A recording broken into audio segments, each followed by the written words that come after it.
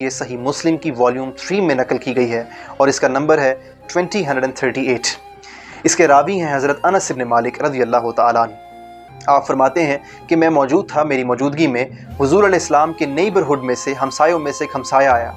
وہ ایران سے مائگریٹڈ تھا اور ایران کا ایک بہت بڑا پرشین کک تھا، وہ بڑا ماہر کک تھا، باورچی تھا۔ اور حضور علیہ السلام کے پاس جب آیا حجرہ مبارک میں تو آ کر حضور علیہ السلام کو دعوت دینے لگا کہ یا رسول اللہ آپ میرے گھر کو بھی رونق بخشیے اور میں آپ کی دعوت کرنا چاہتا ہوں۔ اس نے بڑے ناز سے اور بڑی امیدوں کے ساتھ حضور علیہ السلام کو دعوت دی، مگر آقا علیہ السلام نے پوچھا کہ اے دعوت دینے والے میرے صحابی، کیا تمہاری یہ دعوت میری زوجہ محترمہ کے لیے بھی ہے؟ اور ساتھ حضور علیہ السلام کی اس وقت سیدہ عائشہ صدیقہ سلام اللہ علیہا موجود تھی۔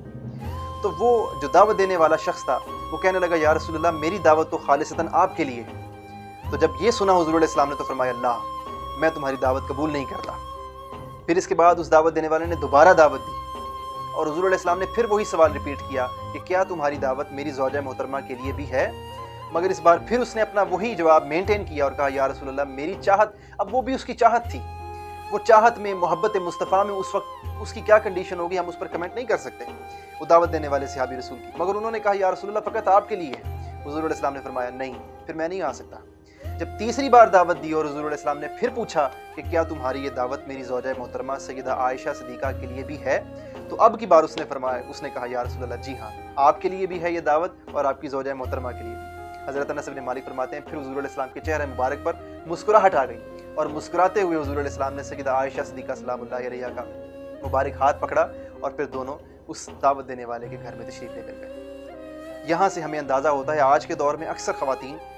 اسلام پر اس لحاظ سے بھی تنقید کرتی ہیں کہ شاید خواتین کے حقوق اسلام نے اس طریقے سے وضع نہیں کیے، بلکہ حقیقت یہ ہے کہ اسلام نے تو 14 صدیاں پہلے خواتین کے حقوق میں وہ چیپٹرز رقم کر دی ہیں کہ شاید آج کی ماڈرن سویلائزیشن بھی اس تک پہنچ نہیں سکتی۔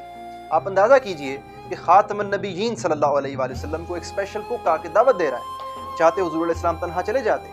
سیدہ عائشہ صدیقہ کیسے مائنڈ کرتی، مگر آقا علیہ السلام نے سیدہ عائشہ صدیقہ کے انر سیلف میں پوشیدہ جذبات کا بھی خیال رکھا اور سیدہ عائشہ صدیقہ کی فیلنگز کا خیال رکھا اور قیامت تک کے لیے ہمیں میسج دیا، جو مسلمان مرد ہیں ان کو میسج دیا کہ کس طرح ہم نے اپنے گھر کی خواتین کی فیلنگز کو بھی پروٹیکٹ کرنا ہوتا ہے اور کس طرح ان کے احساسات کا اور جذبات کا بھی خیال رکھنا ہوتا ہے۔